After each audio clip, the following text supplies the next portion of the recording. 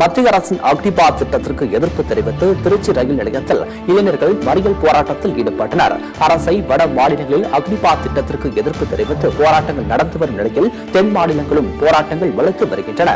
இந்நிலையில் 30க்கும் மேற்பட்ட இளைஞர்கள் திருச்சி ரயில்வே இருப்பு பாதையில் தேசிய கொடியுடன் அமர்ந்து மறியலில் ஈடுபட்டனர். மேலும் மத்திய அரசை எதிர்த்து முழக்கங்களை எழுப்பினர். இதைத் தொடர்ந்து தகவல் அறிந்து வந்த போலீசார் அவர்களிடம் பேச்சுவார்த்தை நடத்தியதை பின்னர் அவர்கள் கைது செய்யப்பட்டனர். பெரம்பலூர் மாவட்டம் குன்னம் அருகே ஸ்ரீ ஐயனார் ஸ்ரீ மாரியம்மன் கோவிலில் மகா கும்பாபிஷேக விழா வெகு சிறப்பாக நடைபெற்றது. இதையொட்டி வாஸ்து சாந்தி, கலஸ்தாபனம், விநாயகர் பூஜை, கோபூஜை, யாகசாலை பூஜை உள்ளிட்ட பூஜைகள் நடத்தப்பட்டன. கோவிலில் எழுந்தருளியிருக்கும் ஸ்ரீ ஐயனார், ஸ்ரீ மாரியம்மன், ஸ்ரீ விநாயகர், ஸ்ரீ முருகன், ஸ்ரீ கைலாசநாதர் உள்ளிட்ட சுவாமிகளுக்கு மகா கும்பாபிஷேகம் நடைபெற்றது.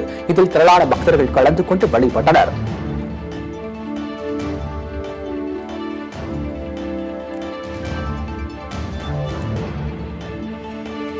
திருச்சி மாவட்டம் திருவையாறில் மழையின் காரணமாக வாழை இலையின் விலை கடும் வீழ்ச்சி அடைந்துள்ளதால் விவசாயிகள் வேதனை அடைந்தனர். திருவையாறு சுற்றுவட்டார பகுதியில் கடந்த வாரங்களில் முகூர்த்த தேதி, திருவிழாக்கள் போன்றவை இருந்தன. காரணமாக வாழை இலைகள் ஒரு ஏடு ₹2 வரை வியாபாரிகள் கொள்முதல் செய்தனர். நிலையில் பெய்த மழையின் காரணமாக இலையின் மகசூல் அதிகமாக இருப்பதால் இலையின் விலை ₹1 கூட கொள்முதல் செய்ய முடியவில்லை என்று விவசாயிகள் தெரிவித்தனர். எனவே ஹோட்டல்கள் மற்றும் உணவு விடுதிகளில் பிளாஸ்டிக் பயன்படுத்துவதை முற்றிலுமாக தடுத்து நிறுத்த வேண்டும். மேலும் வாழை இலைகளை பயன்படுத்த தமிழக அரசு நடவடிக்கை எடுக்க வேண்டும் என்று விவசாயிகள் கோரிக்கை வைத்தனர்.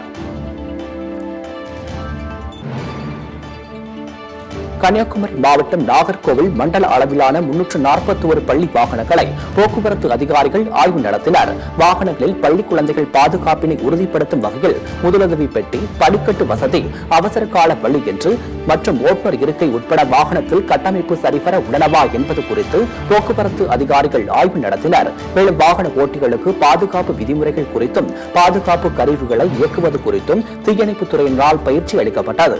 அரசின் விதிமுறைகளை பின்பற்றாமல் வாகனங்கள் இயக்கப்பட்டால் அந்த வாகனங்கள் மீது கடும் நடவடிக்கை எடுக்கப்படும் என்று போக்குவரத்து அதிகாரிகள் எச்சரித்தனர்.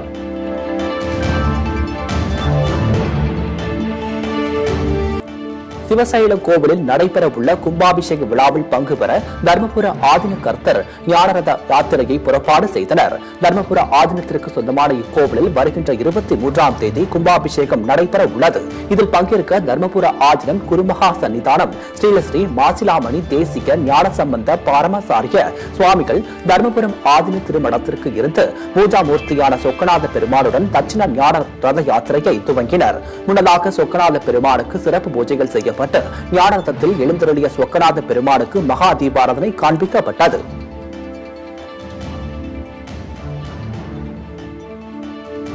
திருப்பத்தூர் அருகே குடியிருப்பு பகுதியில் மழைநீர் தேங்கியதால் பொதுமக்கள் கடும் சிரமத்திற்கு ஆளாகினர். திருப்பத்தூர் நகராட்சிக்கு உட்பட்ட வீட்டு வசதி வாரியம் பகுதி 1 மற்றும் பகுதி 2 பகுதிகளில் இரவு பெய்த கனமழையால் மூழ்கியுள்ளது.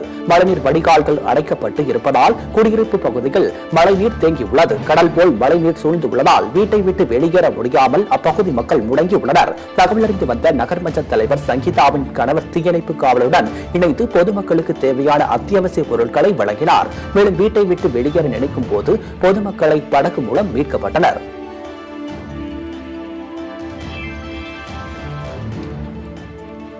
ராணிப்பேட்டை மாவட்டம் அரக்கோணம் அருகே உள்ள ஏரியில் ஆயிரக்கணக்கான மீன்கள் செத்து மிதப்பதால் அப்பகுதி மக்கள் சிரமத்திற்கு உள்ளானார்கள்.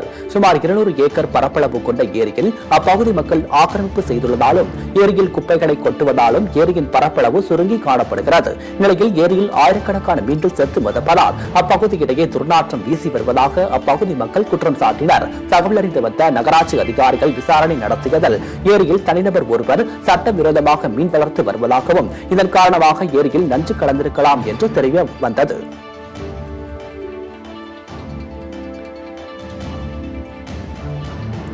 ஈரோடு மாவட்டம் கோபிச்செட்டிப்பாளையம் அருகே கொடிவேரி அணையில் தண்ணீர் ஆர்ப்பரித்து கொட்டுவதால் ஏராளமான சுற்றுலா பயணிகள் குவிந்தனர். கோடைக்காலம் முடிந்த நிலையில் காளிங்கராயன் பாசனத்திற்கு பவானி ஆற்றில் கூடுதலாக தண்ணீர் திறக்கப்பட்டுள்ளதால் பாறைகளாக காட்சியளித்த கொடிவேரி தடுப்பணையில் தண்ணீர் அருவி போல் ஆர்ப்பரித்து கொட்டுகிறது.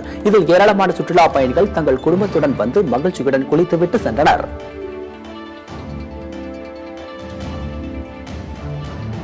வேலூர் மாவட்டம் காட்பாடியில் 75வது சுதந்திர தினத்தை முன்னிட்டு அரசினர் மேல்நிலைப் பள்ளியில் பேச்சு போட்டி, கட்டுரை போட்டி உள்ளிட்ட போட்டிகள் நடைபெற்றது. வருமான வரித்துறை மற்றும் கல்வித்துறை சார்பில் நடைபெற்ற இந்த போட்டியில் முதன்மை தலைமை ஆணையர் ராஷ்மி சேனா சஹானி கலந்து கொண்டார். இதில் எனது இந்தியா கடந்த 75ஆம் ஆண்டு, அடுத்த 25 ஆண்டுகள் என்ற தலைப்புகளில் பேச்சு போட்டி, கட்டுரை போட்டி, கவிதை போட்டி, ஓவிய போட்டி உள்ளிட்ட போட்டிகள் நடத்தப்பட்டன.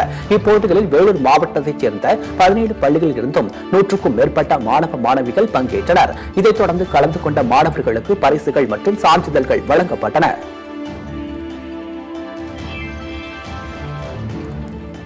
நெல்லை மாவட்டம் மணிக்கூண்டு பகுதியில் புதிதாக வைக்கப்பட்டுள்ள சிசிடிவி கேமரா பயன்பாட்டினை மாநகர காவல் ஆணையர் துவக்கி வைத்தார். குற்றங்களை தடுக்கும் விதமாக நெல்லை காவல்துறை சார்பாக மாநகர் முழுவதும் கண்காணிப்பு கேமராக்கள் பொருத்தப்பட்டு வருகிறது. இதன் ஒரு பகுதியாக பல்வேறு கிராமங்களை இணைக்கும் சீவலப்பேரி ரோடு மற்றும் மணிக்கூண்டு பகுதியில் சிசிடிவி கேமரா பொருத்தப்பட்டது. இதனை மாநகர காவல் ஆணையர் அவினாஷ் குமார் துவக்கி வைத்தார். இந்த நிகழ்ச்சியில் காவல்துறை அதிகாரிகள் உள்ளிட்டோர் கலந்து கொண்டனர்.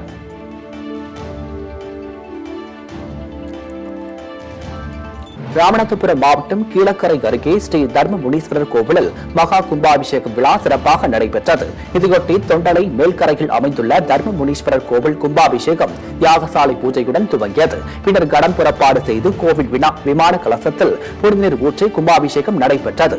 இது திரளான பக்தர்கள் கலந்து கொண்டு வழிபாடு நடத்தினர்.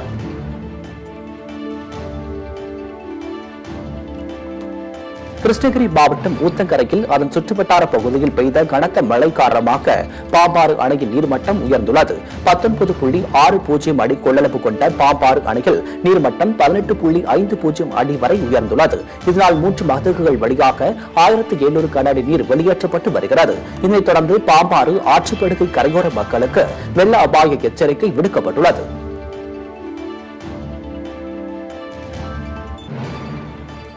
கோவை மாவட்டத்தில் உள்ள தனியார் பள்ளி வாகனங்களை மாவட்ட ஆட்சியர் ஆய்வு நடத்தினார்.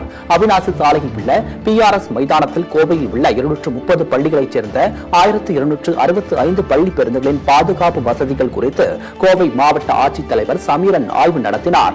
அப்போது வேக கட்டுப்பாட்டு கருவி, அவசர கால பள்ளி உள்ளிட்ட பல்வேறு பாதுகாப்பு குறித்து ஆய்வு நடத்தப்பட்டது.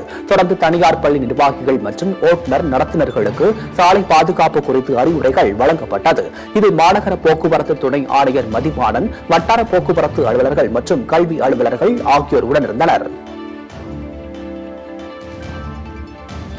திருவள்ளூர் மாவட்டம் பொன்னேரி அருகே மீஞ்சூரில் ஆதரவற்றோர் இல்லத்தில் நடைபெற்ற திருமணத்தால் காப்பகத்தில் உள்ள குழந்தைகள், முதியவர்கள் மகிழ்ச்சி அடைந்தனர். மீஞ்சூரில் இயங்கி வரும் லவ் பவுண்டேஷன் என்ற பெயரில் ஆதரவற்றோர் இல்லம் செயல்பட்டு வருகிறது. இந்த இல்லத்தில் பெற்றோர் அற்ற நிலையில் வளர்ந்தவர் பிரியா. அதே போன்று நந்தியப்பாக்கத்தில் உள்ள பாரத மாதா சேவை இல்லத்தில் வளர்ந்தவர் ஆனந்த் பத்மநாபன். இவர்கள் இருவரும் காதலித்து வந்த நிலையில் இருவருக்கும் காப்பகத்தின் முன்னிலையில் திருமணத்திற்கு ஏற்பாடு நடத்தப்பட்டது. அதன்படி லவ் பவுண்டேஷன் காப்பகத்தில் வசித்து வரும் சக குழந்தைகள் மற்றும் முதியவர்கள் புடைசூழ திருமணம் நடைபெற்றது. புதுமண தம்பதியினர் தன்னுடன் வாழ்ந்த ஆதரவற்றோர் அனைவருடன் புகைப்படம் எடுத்துக் கொண்டனர். பெட்ரோல், டீசல் விலை உயர்வை கண்டித்து வள்ளுவர் கோட்டத்தில் தமிழ்நாடு சமாஜ்வாதி கட்சியினர் கண்டன ஆர்ப்பாட்டம் நடத்தினர். மாநில தலைவர் லோகநாதன் தலைமையில் நடைபெற்ற இந்த ஆர்ப்பாட்டத்தில் மத்திய அரசு பெட்ரோல், டீசல் மற்றும் சமையல் எரிவாயு விலையை குறைக்கவும், பெட்ரோல் மற்றும் டீசலினை GST வரம்பிற்குள் கொண்டுவர வேண்டும் உள்ளிட்ட கோரிக்கைகளை வலியுறுத்தினர். மேலும் மாநில அரசுகளின் உரிமைகளை பறிக்கும் செயலில் மத்திய அரசு ஈடுபடக்கூடாது என்றும் தெரிவித்தனர். இதில் மத்திய அரசிற்கு எதிரான கோஷங்களை எழுப்பியும் கையில் பதாகைகளை ஏந்தியவாறும் ஆர்ப்பாட்டத்தில் ஈடுபட்டனர். 1000 விளக்கு பெட்ரோல், டீசல் விலை உயர்வை கண்டித்து ஆர்ப்பாட்டம், மாநில அரசுகளின் உரிமைகளில் ஈடுபடக்கூடாது என்று வலியுறுத்தல்.